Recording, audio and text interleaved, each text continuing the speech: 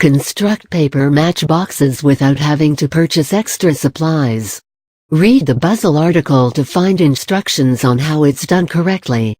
Call it paper match or papier mache. You can make piñatas, masks, solar system, molds of animals and birds, and tissue paper flowers with it. Making the paste. Before we can begin, go through the following recipes and pick one that you feel you can work with. You can choose the first recipe that is flour, water, and newspaper, or the second recipe that uses glue, water, and newspaper.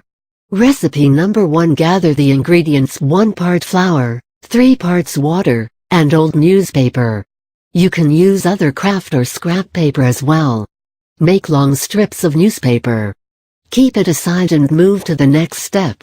In a bowl, add flour, and then slowly add water to make a smooth paste. Stir the mixture with a spoon.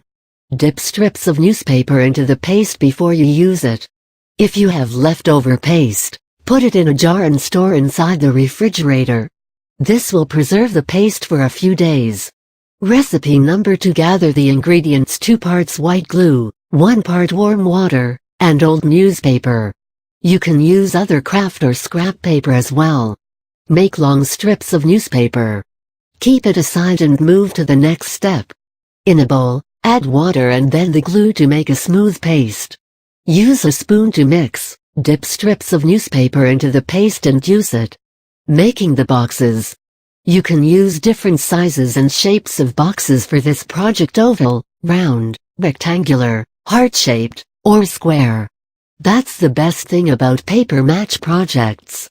You can mold it in any shape you like.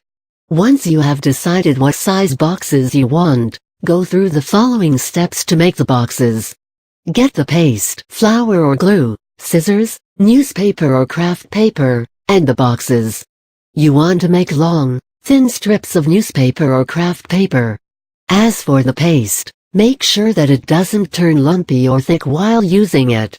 If so, then add a little water to get the right consistency. Dip 1 strip of newspaper in the paste so that it gets coated properly. When you lift the newspaper strip, remove extra paste off it, using your index and middle finger. Take the cover of the box and place a strip over it. Make sure it is flat and isn't bunched up anywhere. Keep placing the strips till you have one good layer on the cover and outside the box. Leave the box aside and let the first layer dry completely. You can add another layer to make the box even more sturdy.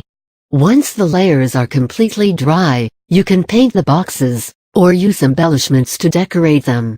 Tie a pretty ribbon on top with a gift inside, of course, and give it to someone special. The steps are simple to follow, and once you have the items you require, it doesn't really take that much time also. Now let's see how you can put it to good use.